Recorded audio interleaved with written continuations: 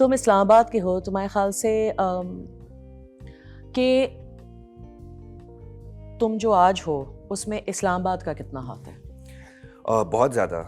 میں تو سب کچھ وہ کرتا ہوں بیکاز میرا تو کبھی بھی انکلینیشن ہی نہیں تھا پرفارمنگ آرٹس کی طرف آنے کا. آلدو میرے والد صاحب ڈاکٹر خالد سعید بٹ اس ٹائم PNCA کے ڈائریکٹر جنرل تھے اور میرا ایکسپوجر بہت زیادہ تھا ٹو دا پرفارمنگ آرٹس اور اسپیشلی انٹرنیشنل ڈیلیگیشنز. آپ کو تو پتہ ہے کہ نیشنل کاؤنسلز میں تو اس طرح بہت ہوتا ہے. سو تھیٹر، میوزک، ڈانس، اس کا بہت ایکسپوجر رہ چکا ہے میرا ایز اے چائلڈ.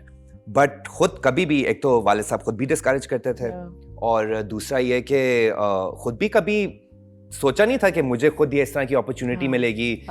ایون 10 سال پہلے اگر آپ مجھ سے پوچھتی کہ آپ کو میں نے آپ کا کریئر ہو سکتا ہے کہ اس میں آیا، I would have laughed. I would have said it's impossible. تو اسلام آباد میں تھیٹر سٹارٹ ہوا تھا اور 2004 سے لے کر 2012 تک پاکستان میں سب سے وائبرنٹ تھیٹر کلچر اسلام آباد میں تھا. تو 2004 میں نے ایک پلے دیکھا، it was an adaptation of Dracula, اور وہاں پر 16 سال کی ایک لڑکی تھی شہانہ خان خلیل جو کہ لوسی کا کیریکٹر پلے کر رہی تھی.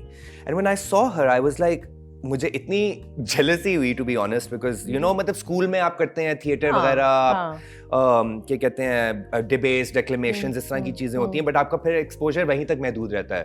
تو کیا کہتے ہیں جب میں نے وہ دیکھا اس کے بعد پھر the actor who was playing Dracula, Hammad Azeem, he was also the producer, وہ اسٹیج پر آئے کرٹن کال پہ. انہوں نے کہا کہ آپ میں سے جو بھی اس سائڈ آف دا اسٹیج آنا چاہتا ہے تو 2 پلیز ہو رہے ہیں اگلے سال، ان کے آڈیشن ضرور دیجیے گا. میں نے مینٹل نوٹ بنایا، میں اپنی بہن کے ساتھ گیا ہوا تھا، میں نے کہا میں تو دونوں کے لیے آڈیشن کروں گا بیکاز میں I was on my way to become a telecom engineer at the time. میں اپنے دوسرے سیمسٹر میں تھا اور اگلے سال آئی تھنک جنوری 1 کو ہی میں نے جا کر شاہ ربیل کا ایک پلے تھا، مولا روش کر رہے تھے وہ اسلام آباد میں، تو میں نے اس کے لیے آڈیشن کیا. لانگ اسٹوری شارٹ، 1 مہینے بعد I was cost as Christian the lead اور پھر وہاں سے there was no looking back. تو اسلام آباد کا theatre culture kind of own بھی میں نے کیا ہے بیکاز جسٹ 2 سال بعد میں نے اپنی کمپنی بنا دی لیونگ پکچر پروڈکشنز کے نام سے، based on the French concept of tableau vivant, literally translates to the living picture. تو وہاں پہ میں نے پلیز ڈائریکٹ کرنا شروع کیے، کوریوگراف کرنا شروع کیا. تو یو نو میں اس دنیا میں کہیں کھو گیا.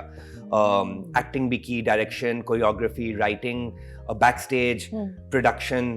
تو you know and this city Islamabad اور اس کے لوگ and you know the way that they kind of مطلب ہماری ایک کلچرل آئیڈینٹی بن گئی تھی so to speak theatre. So you know I was really proud to be one of the pioneers of that. تو yes مطلب میں تو بہت وہ کرتا ہوں اسلام آباد کو. اور